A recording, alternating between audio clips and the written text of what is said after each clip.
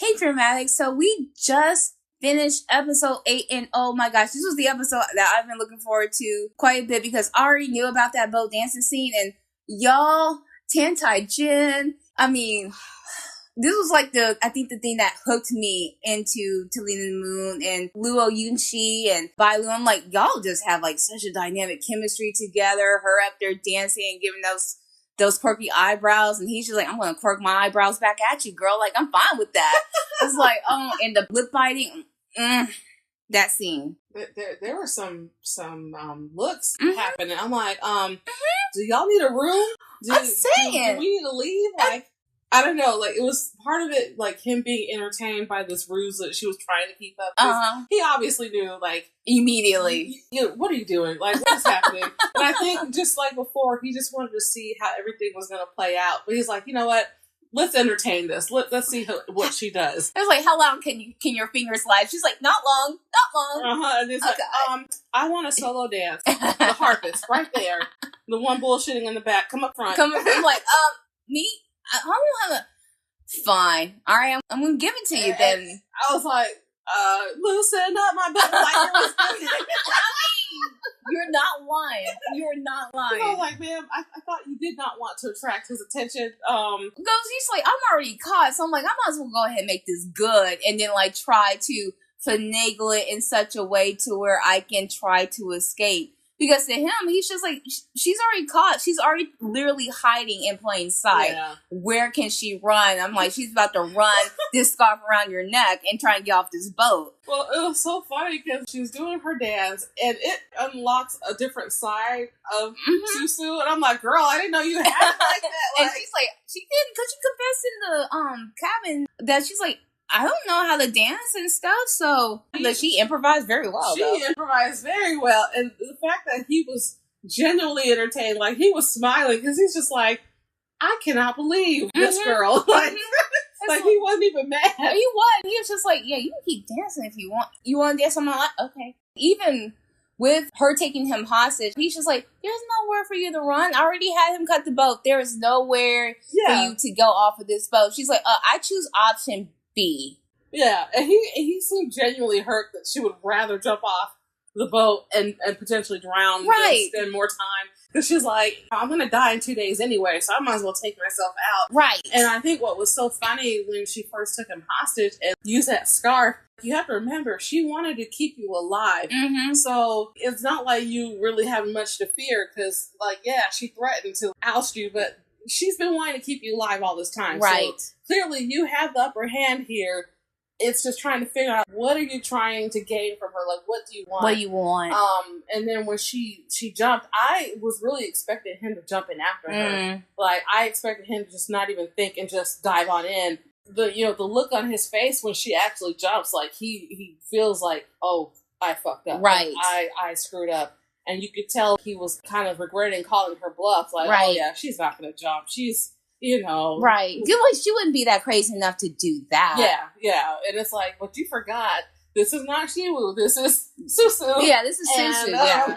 But of course, he doesn't know that. But it's just like, I think if it were actual Z, the outcome would have been way different. Because number one, he probably would have offed her. Like, he would not have wasted time. I'm like, she would have already been off at the end, like, before he even left. He's like, all right, quick. Like, all right, let's get this shit over with. But he was trying to entertain it. He's like, what are you going to do? What are you doing? Right. Like, there's only so many places you go in the boat. Like, stop. Come on, let me take you back to your cell. Right. And I don't believe that he was actually going to do anything to her. Like, even though he was like, I'm going to kill you in 2 days or whatever. It was all a bluff. It was a bluff. And he did not expect her to call his bluff and be like, you know what, F this, I'm out. And the look on his face kind of processing, like, oh crap, what if I killed her? Right. And it can't get her back.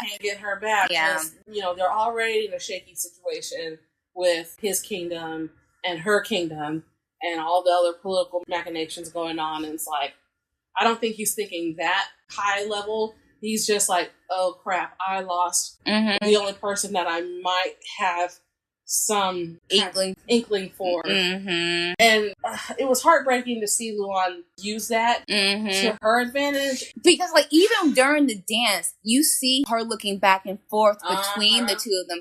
And plus, how much he fought to keep her with him when he came to meet them at the ferry and stuff to take him to the boat. She's like, we already heard, like, how terrible this woman is. Why don't we just go ahead and end her right now? And he was just like, no, her father is connected, like, big time military. Probably not a good idea when we all know that it was just nothing but lip service where it's just like, I actually want to keep her alive. Because if that was the case, he could have already went ahead and took care of her in the end. And he didn't. Yeah. He brought her with him. There are plenty of times where he could have easily killed her and has not done it. Especially with her catching him, trying to steal the Fox Demon's soul, and that just breaking her illusion of him. It's like, okay, they're on this weird shaky ground that they don't trust each other, and then this happens, and then meeting the older brother, Mingling, and his crazy ass. Oh my god. And we were talking about how he was blaming Tunton about everything that was beyond his control. He was literally in the womb, minding his business. Yes. It was like, it's all your fault, and the concubine's fault.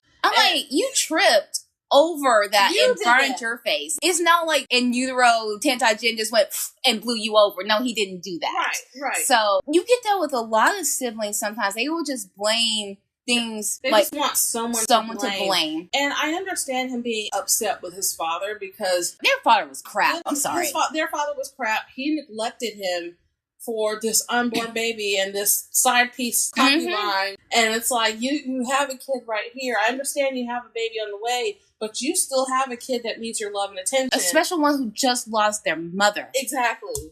And it let me know right off the bat, it's like, he probably didn't love his mom. And it was probably one of those arranged contractual obligations. Like, okay, let's just get married, but I'm gonna have my side piece. Right, the one I really want. The one I actually loved. But the ironic thing is that Ming Long, please go concentrate on his own pain and misfortune. That it's just like, you caused misfortune to your little brother before he left. Because I saw him in earlier episodes stomping on him. So don't even get it twisted.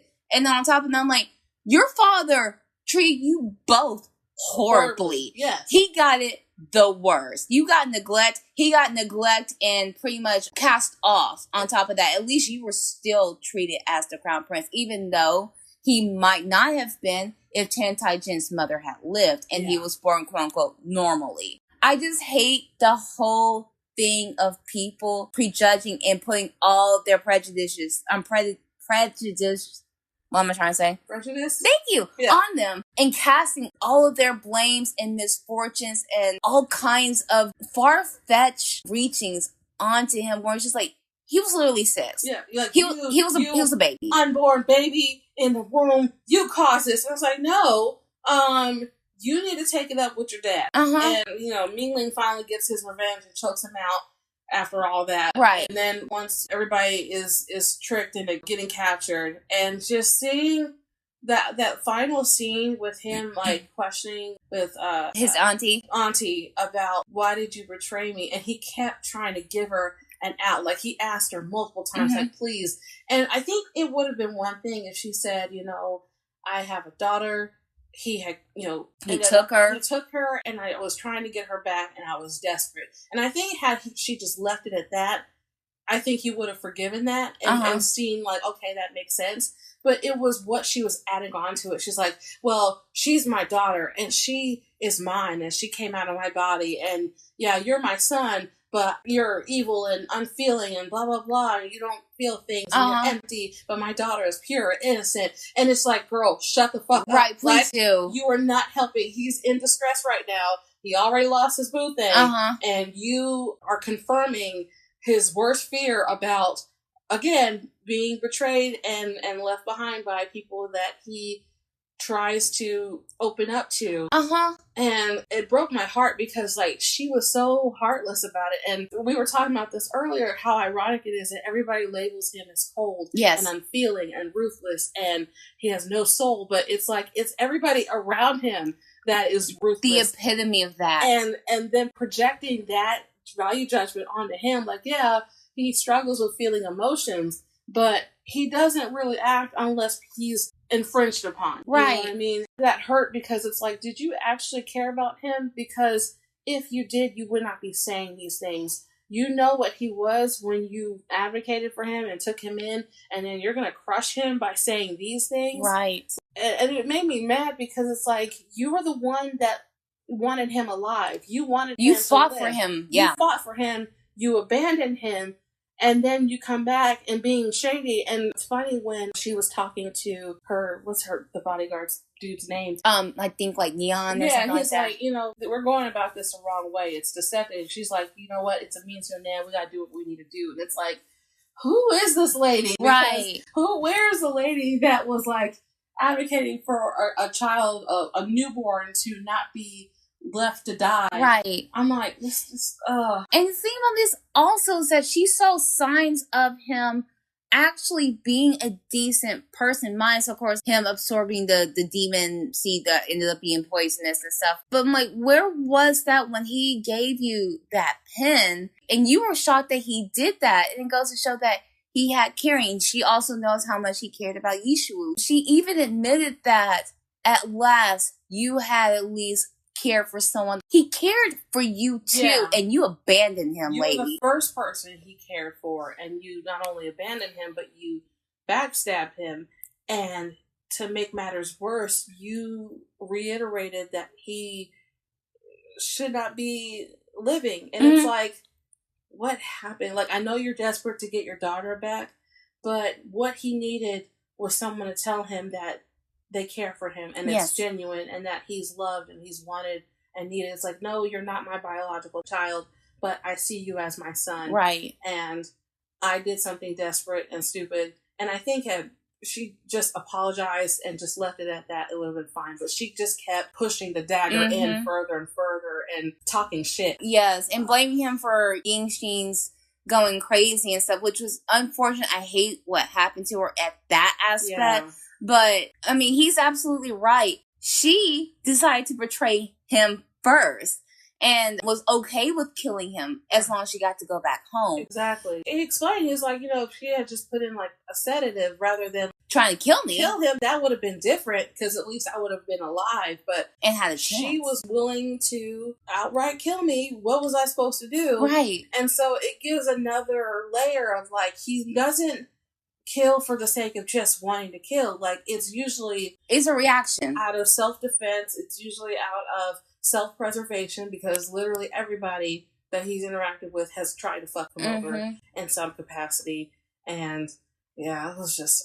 And it's one of those things where the aspect of him, even at this time frame, becoming the demon god is a possibility. Yeah. Because what else have y'all led him to? Everybody in his life that he even had cared about, even though Yishu was still on the back and forth, he thought that, at least before they had left the Shin Kingdom, that they were all on a pretty good accord until the whole Fox demon incident happened. It's like, at this rate, I'm like, I can understand him going on a killing spree after all of this. Like, are you kidding me? Yeah, and it's like, he was trying. He was trying legitimately. He's like, why did you betray me? Why would you do it?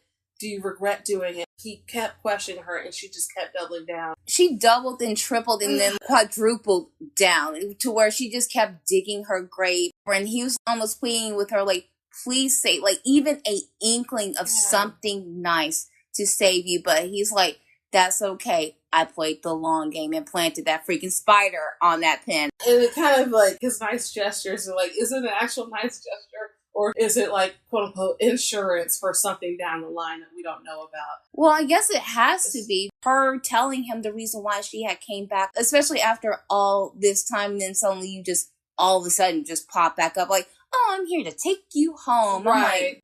Something sus. It's kind of like those long distance parents that like they leave you at like 2 or 3 years old, and then you're like an adult at like 30, and they're like, hey, I just wanted to reconnect, and the whole time it's like, oh, they just wanted to ask for some money. Yeah. Like, get out. Just get out. Get out of my life. Just go. But this episode especially showed that he's not as ruthless as he appears to be. Like, it's usually because he's at a point where he has no other option than to protect himself. Absolutely. And so I get where he's coming from, even though his methods are a little bit shady. Yeah. But it's people putting him into these positions where it's like, okay, well, we gotta go. Even with this meaning shading or him being ahead of the pack, like 2 steps ahead of a lot of people already, it's like I can see the reason why, because he almost saw them already gunning for him. Yeah. He's always, for majority of his life, been the outlier. And so he's like, I kind of had to keep on my toes because eventually people are going to start sussing me out for this, that, or the other. I'm always the target for something. Yeah. And it's only a matter of fact, especially with me being a hostage in this foreign kingdom, away from my own kin, who doesn't even check on me, and we're at war between the two, something's going to give somewhere. Somebody's going to become the scapegoat, and most likely it's going to be me. I need to get out of here. So I don't blame him for his methods. It's just unfortunate. And the thing about this is, like, I really don't want to, but you push me to. Basically, so, yeah. And I feel like he tries as much as he can to not give in to those urges. Mm-hmm. It's just, okay, well, I've done everything I could. I tried. And he just wanted to escape the kingdom, and that's it.